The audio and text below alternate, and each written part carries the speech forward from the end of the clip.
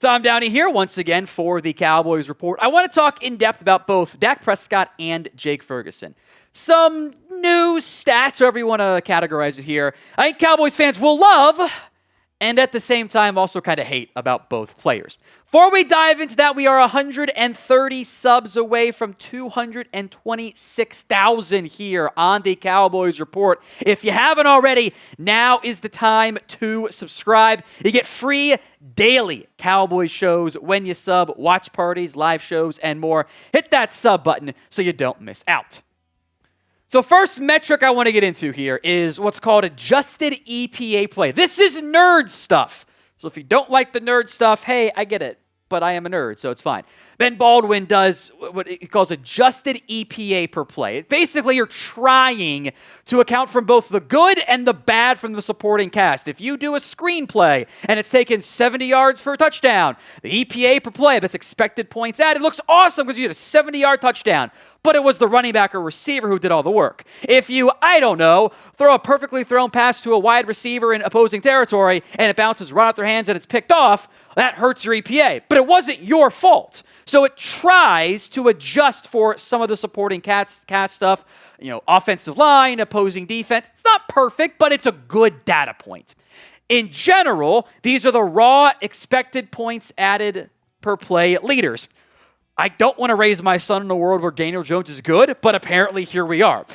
Jared Goff, Lamar Jackson, Josh Allen, Jordan Love, Baker Mayfield. Sam Darnold's been hyper efficient so far in Seattle. Drake May, Justin Herbert, Patrick Mahomes. Dak Prescott is 12th. I think he's using the RB SDM EPA numbers are a little bit different than like NFL Pro numbers there. Dak is 12th.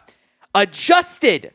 So again, to help overcome the drops that have plagued the Cowboys this year, one of which led to an interception, Dak is actually first at plus 0.35. That's 0.35 EPA per play. You do a 10-play drive and you're stacking up stuff here just like that. Sam Darnold is tiebreaker behind Prescott. Then your normal suspects, Jared Goff, Lamar Jackson. Dan Jones has been good. What this means is, and it's stuff we've talked about before, on an individual basis, I think the eye test also does match this. Dak is playing some really good football right now.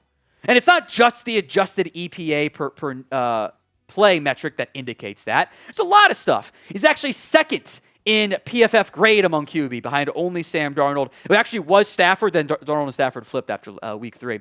He's first in big-time throws. He's got like 3 more than anybody else, which is those tight window, big-time chunk plays.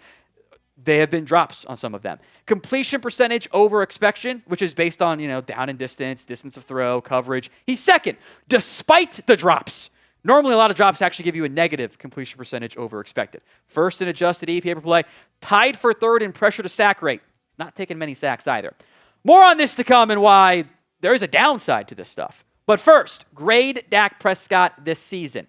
A, B, C, D, or F. Let me know in the comments section of today's show. Grade Dak Prescott this year. Here's the bad news and the other angle of this. Dak's playing really good football, and the Cowboys are 1-2 with a really bad point differential, and I don't know how sustainable this is and how it gets better for the Cowboys. The issue here is, okay, Dak's playing really good ball. He's obviously not been perfect because no quarterback is. That's why it's all relative to the rest of the NFL. But objectively, he's been playing really good football. And the Cowboys still can't win games. They've had bad second halves in the first and third games. They rallied somehow against the Giants. The defense has been horrifically bad all season. The current team is a little bit too much to overcome right now. And in general, and this is not unique just for the Cowboys, this is true for every NFL franchise, if you need top 5 quarterback play to win games, period, that's not sustainable. It feels like right now, if Dak doesn't have his A game, which no quarterback has their A game every single season, maybe Cam Newton at Auburn, you're not setting up for success here. At some point, you do need other players on this team, the defense in general, your skill guys to not drop passes, to be better. And now you're down your number 1 wide receiver, and you're down 2 starters on the offensive line.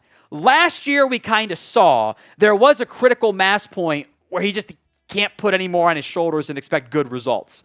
I am concerned we are already at that point this season, and he's going to start to press. And when quarterbacks or players generally start to press, some bad things happen. I do worry that the overall supporting cast issues here are going to trickle into the other elements that are playing. Well, even your ground game has played well, but if the other side of the ball doesn't help out, it's all going to get bad.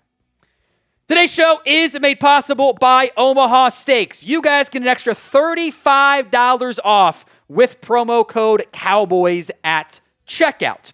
That is during their Red Hot Sale event. You get an already 50% off site-wide, plus an extra $35 off with promo code Cowboys. Omaha Steaks offers unrivaled quality and variety, and every bite is backed by their 100% guarantee. For example, you could get some of the classic favorites. So sirloins, pork chops, burgers, franks, some fries, caramel apple tarts are actually pretty darn good, by the way, some seasoning. That's normally a lot of money. It's $129.99 right now, but it's under $100 if you use promo code Cowboys. Depending on how many people are in your family, that's a lot of meals for under $100. So use promo code Cowboys at checkout. Get fired up for fall grilling with Omaha Steaks. Visit omahasteaks.com for 50% off site-wide during their Red Hot Sale event. And for an extra $35 off, use promo code Cowboys at checkout. That's 50% off at omahasteaks.com and an extra $35 off with promo code Cowboys at checkout. See site for details, links in the comments and the description of today's show. Let's move to Jake Ferguson now. Now, Brian Schottenheimer said he thinks Jake Ferguson is playing great for the Cowboys. And in kind of the inverse of the Dak Prescott conversation we just had, raw stats-wise, yeah, especially fantasy-wise, if you care about that at all, which we probably shouldn't.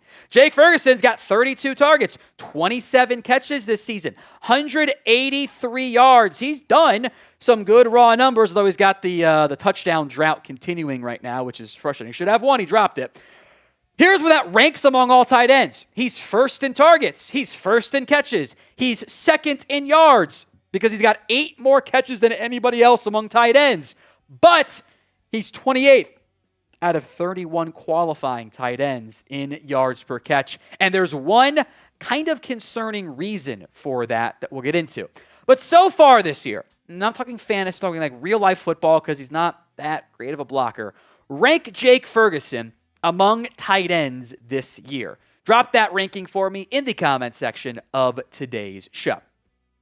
Look, Fergie's got the great volume metrics. There's one big thing that is missing. Meat is being left on the bone, which you never want to do, especially if it's Omaha Steaks meat, and that's making guys miss. The previous 2 seasons for Jake Ferguson, Tucker Kraft is the other one in this category, has led the NFL in missed tackles and some good yak numbers too.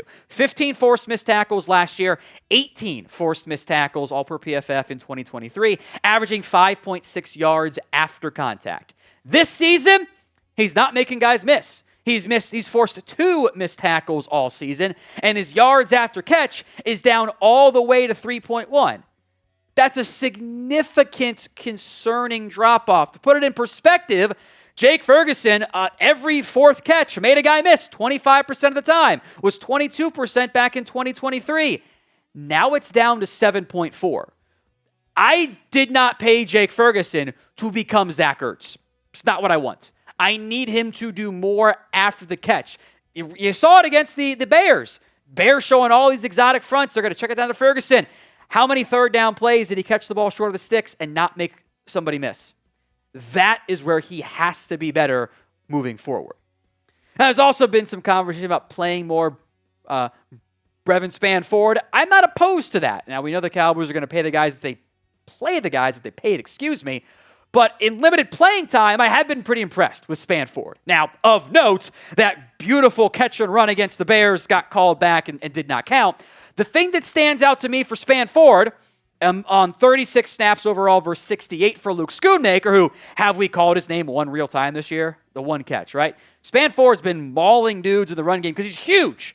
Listed at 6'7", 270. Had that awesome 38-yard catch and run called back due to a penalty. I'm not opposed to giving Spanford more looks at the tight end 2 spot in particular. I think that also helps kind of balance out.